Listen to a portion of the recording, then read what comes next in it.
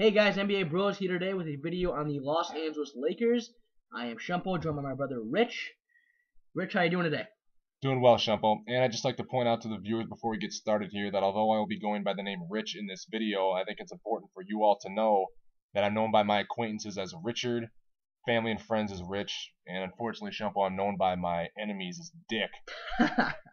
Don't know. I mean, I think I'm a pretty nice guy. I don't know why that's the case, but enough about that. We're going to be looking at the Los Angeles Lakers today. This is an in-depth analysis of what Los Angeles can do this offseason in order to pull themselves out of the cellar. In the Western Conference, we're going to take a look at first what they should do with their draft pick, and then the moves they should make in free agency.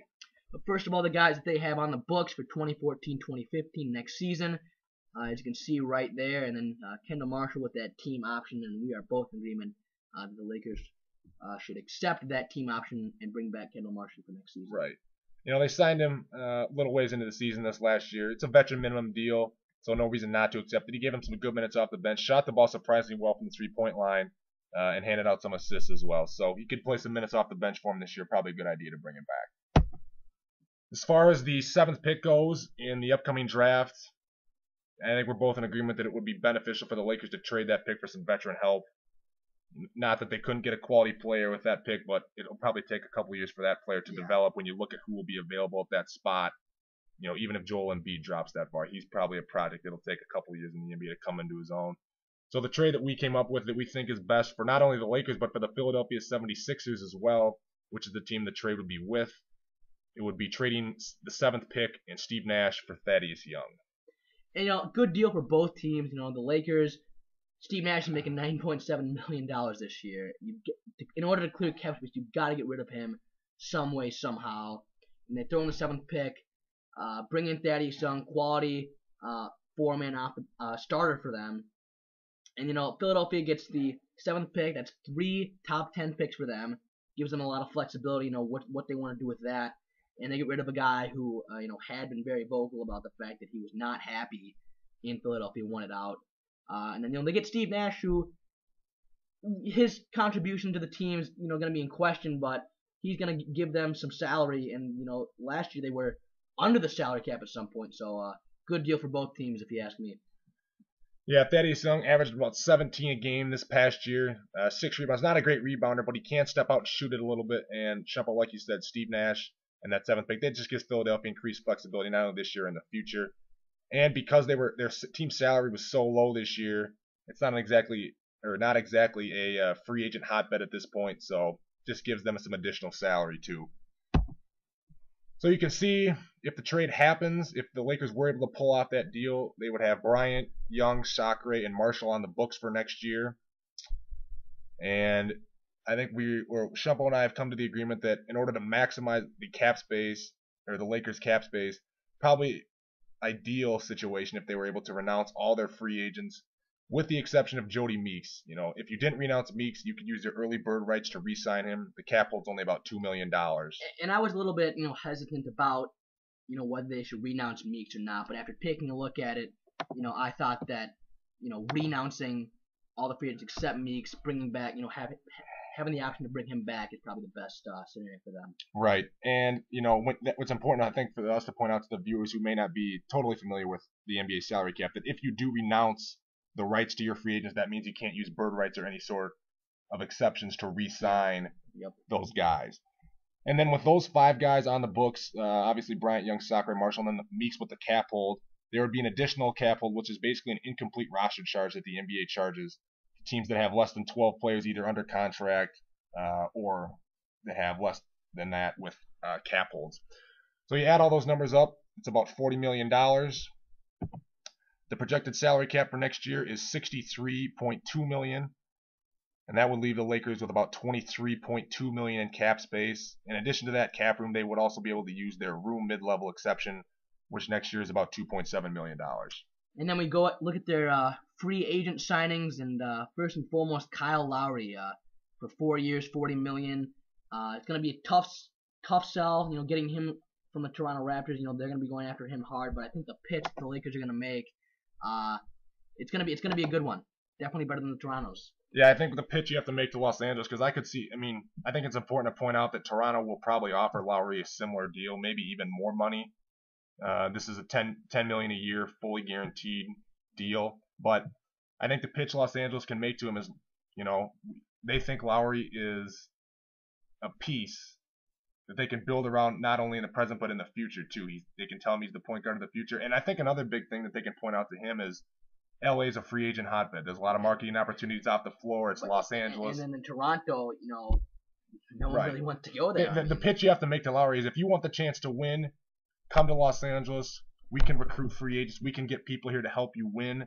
You're just one of the pieces that we need going forward to have our successful team. Then you got Pau Gasol, bringing him back. There's a lot of people think they should part ways with Gasol, but he's been in the team for the last couple of years, won a couple of championships with the Lakers. Bringing him back in a 2-year deal worth $18 million. That's $9 million a year. Can't argue with that deal. He's still a skilled 7-footer, probably one of the most skilled big men in the game, despite the fact that he's turning 34 years old in July. Averaged about 17 points, 10 rebounds a game this year. You look at the free agent class as far as big guys are concerned. Not a lot of good free agent big men out there. Once you get past Bosch and Gasol, it really drops off quite a bit after that. So re-signing him would be very beneficial for them. Right. Yeah. Nowinski and Duncan are out there, but they're not leaving their respective teams. So $9 million a year, I think it's a fair price, and I think the 2 years is also going to be. Same as Kobe. Right. The 2 years, you let Pau know that hey, we don't want to just rent you for another year. We think you can be part of our team and be a significant part of our team for the next 2 years as well as Kobe. And I think, they can make a similar pitch to Gasol as Lowry, and with Bryant there, I think Kobe can convince Pau to stay.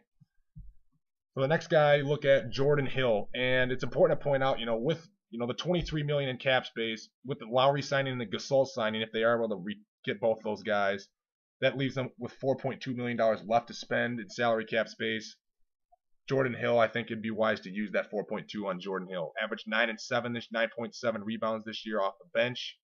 He's an energetic big man, provides some depth in the front court, and he can stretch the floor. He can step out to about 15 feet, knock down the jumper. Probably a good idea to bring him back. And then we have Chris Kaman, 1-year deal with the room mid-level exception, which is about $2.7 million. Kaman's been on 4 teams in the last 4 years, so I don't think it's in his best interest to leave and go to a 5th team in what would be 5 years. So I think he's going to be looking to re-sign, and getting him for 2.7 at 1 million at 1 year, I think is a very fair price for him. Right. Yeah, that's probably what he is. Give or take on the open market, and at least he'll be comfortable in Los Angeles, being that he's been there for a year. So I think re-signing him would probably be in the best interest of the Lakers. Again, providing some front court depth, and with the lack of adequate big men on the free agent market this year, Hill and Kaman should be a priority for the Lakers. And then lastly, Jody Meeks. They can sign him for 2 years, $11.6 million. That would be 5.8 per year, and that would be using the early bird exception, which would allow the Lakers to re-sign Jody Meeks while exceeding the salary cap. Then take a look at their depth chart. As you can see at the hole right there, you don't have a small forward. But when going over this trade, the one thing that I was concerned about was, can Gasol guard the Western Conference's centers night in and night out? But I think we both came to the agreement that with Hill and Kaman off the bench, going to be able to alleviate some of that for Gasol. Come and give 20, 24 minutes off the bench for them and really help them out. Right.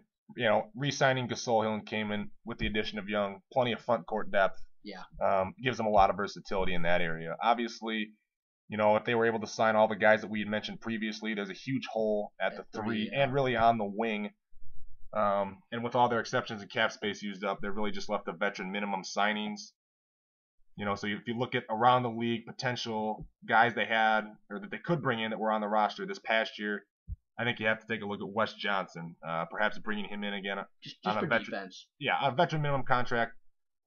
He had a career year, but again, it was on a not a good team. Don't know how much. I can't imagine him, Shumple, getting much more than that on the open market. So. Just in there for defense. Right. He's going to be the 5th option on offense. Right. With the lineup of Lowry, Bryant, Young, Gasol, Wes Johnson would be in there just to give him some athleticism on the wing and just to serve basically as a perimeter defender and a guy that's a capable 3-point shooter. Xavier Henry's another guy that they could bring back probably on a veteran minimum contract that could provide some depth off the bench. And then I know Shumple wasn't too happy about this guy. He's got no skills at all. Well, he was engaged to Maria Sharapova at one point, so he has to have some skills. Maybe not basketball, maybe not basketball skills, but Vujacic, Yeah, just a Bettman deal. Bettman deal, could provide some wing depth. Was on the Lakers championship teams. Expressed some interest of playing for the Lakers last year, I believe. Actually got a 10-day with the Clippers, but is another guy that could provide some depth off the bench. And you look at the backup ones, Kirk Heinrich, who one of the guys that might fetch a little more than the vet men, and then bringing back Jordan Farmar, and looking at Devin Harris, DJ Augustine, and Steve Blake, and then Andrew Bynum, bringing him back. Right, kind of like with the Gasol, Bynum's a 7-footer with skills. Obviously, you don't know how his knees are going to hold up, but no risk. Yeah, it's signing Bynum to a veteran minimum contract is a low risk, high reward type of scenario. And then obviously, with those backup point guards, that just gives some more depth at the point guard behind Lowry, in addition to Kendall Marshall being there. So, looking ahead to 2015-16, the Lakers obviously want some flexibility that summer because they want a chance to go after Kevin Love. Yep. Assuming that Thaddeus Young opts out of his player option, which is probably likely considering that he's not terribly old. I think he's 26 right now. He's probably gonna have a good season for him. Right, if he's starting looking at the to get a long-term he'll score for him, rebound. He'll be looking to secure a long-term deal, so he'll be opting out of that player option. So on the books for 2015-16, then that's assuming that Young opts out. They'd have Bryant, Lowry, Gasol, Meeks, and Hill for a total salary of $54 million. The projected cap for 15-16, about $66.5 million. I believe that was per Mark Stein. I read that somewhere. That would leave them about $12 million in cap space with just those guys on the roster. And then, option that they could look at for clearing some cap space would be to trade Jody Meeks and Jordan Hill. That would give them $22.5 million as they went into next off season. I know they're going to be looking at signing Kevin Love, giving him that pitch that he's the next piece to that championship puzzle. Right. If Los Angeles was able to pull off this trade and these signings that we have in this video, and everybody stays healthy, you're probably looking at about a 6 or 7 seed out west. Probably not getting out of the first round because the West is just so competitive. But, at least if you're able to add Lowry and then trade Meeks and Hill, who will have expiring contracts this offseason of 2015 for draft picks, create that extra cap space, which is going to be more than enough to sign Love. You can make the same pitch to Love that you made to Lowry this offseason that, hey, you're the missing piece that's going to take us over the top in the Western Conference. And then when you're looking ahead even to the summer of 2016, if they're able to land Lowry this offseason, Love the following offseason, and OKC is yet to win a championship, you've got to think that Los Angeles is going to be an attractive spot for Kevin Durant in the summer of 2016 if they have Lowry and Love already there. But that's a long way off. Shumpo, I think these are the moves that give the Lakers the best chance to be successful not only this next year, but it gives them the chance to have flexibility going forward as well and able to land some marquee players that are going to be hitting the free agent market in the next couple of years. All right, we want to thank you guys for watching this video. This is our first video with NBA Bros. I want to remind you to like, comment, subscribe. I think we'll be coming out with another video in a couple days. Yeah, we're gonna try to come out with a video looking at Oklahoma City, what they should do this offseason in order to upgrade their roster and give themselves a chance to win the Western Conference, and we're hoping that can come out before the draft starts. Yeah, so Wednesday or Thursday sometime. Yeah, so don't forget to like, comment, subscribe, and on behalf of NBA Bros, Rich and Shumpo, see you later.